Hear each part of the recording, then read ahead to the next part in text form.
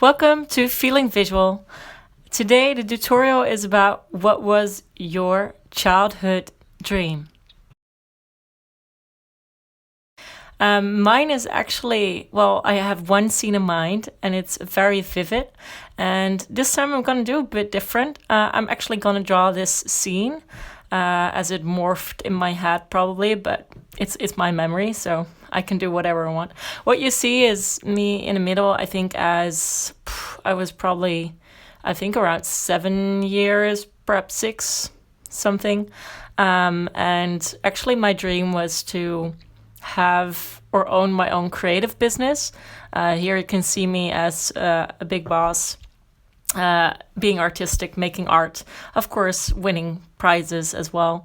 And actually the fun stuff is that I'm drawing here I don't know what it's called in English. It's in Dutch it's the entresol. So this was kind of the workspace for my dad. It was up one stairs.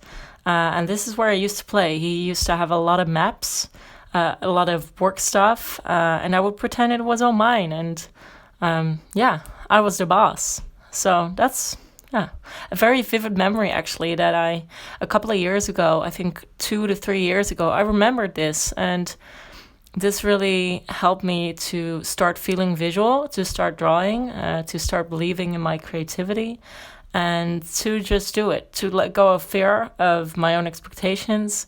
And so actually, this is a very nice memory for me, very dear, that I want to share and with you and also cherish. So I'm very curious, if you look back, do you have a few vivid memories in which you played, you felt very nice or empowered, while you were young? Let me know. So try it out and let me know what you find. So for now, I'll finish this drawing in high speed, and you can watch it and relax, listen to the music, and think about your own memory. Good luck!